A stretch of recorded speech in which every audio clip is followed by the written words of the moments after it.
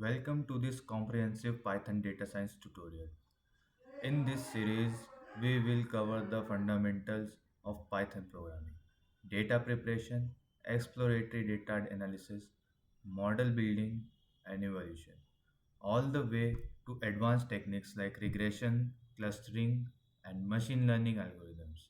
So let's get started. Now, this is the syllabus that we are going to cover.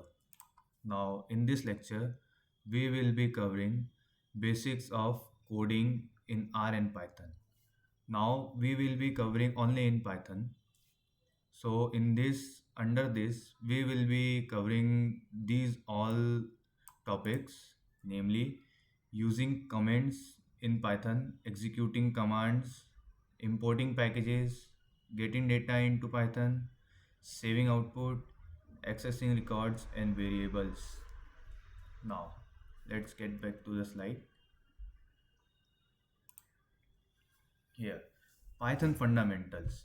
This presentation will provide a hands-on introduction to the basics of Python programming, a widely used language known for its readability and versatility.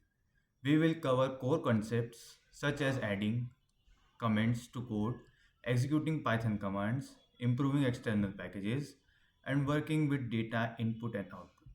We will also explore how to access and manipulate variables, a crucial part of Python programming. Now, we will be moving to the next slide. Using comments in Python. How will we use comments in Python? First, comments in Python are created using hash symbol, which indicates that everything after it on the same line will be ignored by the interpreter. This allows you to add notes to your code that explain its functionality, purpose, or assumptions. Basically, in Python comments, or generally in comments, we actually try to write those things that that compiler or interpreter should not interpret or compile that. Otherwise, it will provide error. Now, code organization. Comments are crucial for breaking down complex code into manageable sections. You can use them to demarcate different functions, modules, or logic blocks, making your code easier to investigate or navigate and understand. Third, comments are incredibly helpful for debugging. You can use them to temporarily comment out specific lines of code or block of code during testing or troubleshooting. This allows you to isolate problem, pinpoint the source of error. Now, we will be moving to the next slide. Executing commands in Python. First, there are three ways that we can implement comments in Python. First is interpreter. Python uses an interpreter that reads and executes code line by line. Second, interactive mode. You can type commands directly into interpreter for immediate feedback. Script execution. Python scripts containing multiple lines of code can be executed from the command line. Now, importing packages in Python. There are, you can say, three ways to import packages in Python.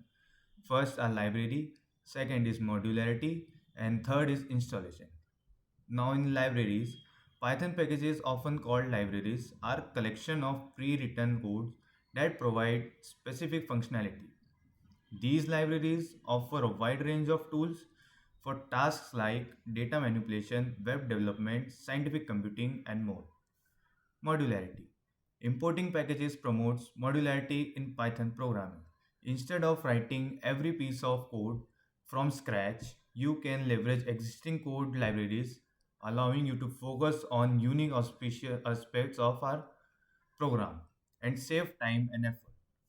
In programming, there is a huge importance of time. Installation. Before you can import and use Python packages, they need to be installed on your system. This is typically done using a package manager called PIP, which is included with most Python installation. you can use the command pip install to install a specific package. Once installed, you can import the package into your Python script using the import statement. Now, getting data into Python. How can we get data into Python? Three ways: user input, file, and database. First, the input function promotes the user to enter data, which is then stored in a variable. So basically, input is a function that stores data or that allows user to enter data and stores in a variable. Files. Data can be read from files using function like open and read. Now in files, first we need to open that file to read that file or to do something or write something. So there is a function called open to open that file, and second function is read. So user can read, or furthermore he can edit or write. Now in third, database. Python libraries like SQLite or MySQLDB allows you to connect and retrieve data from database. Basically, SQL is a database and Python is a front end or back end language. So the connectivity which is made is through Python. Now moving to the next slide, saving output in Python. Functions and their descriptions. So there are two functions, print and write. Print function displays out the console. Write function writes to a file that I have told in a previous slide. Accessing records and variables in Python. Variables store data that can be accessed and modified through a program. For example, you can store a user's name in a variable like this, like name is equals to double comma John and then close. You can then use this variable to display the name, printing a greeting, or perform further operations.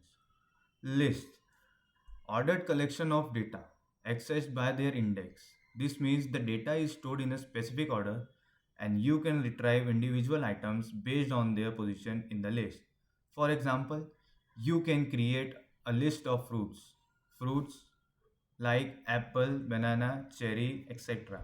To access the second item, banana, you would use fruit in square brackets, its index that is 1. Now dictionaries.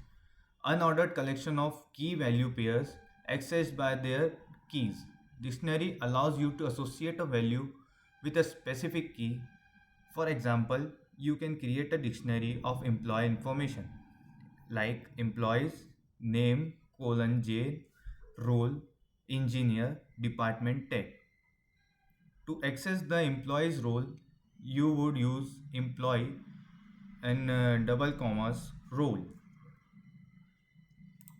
Now the next slide.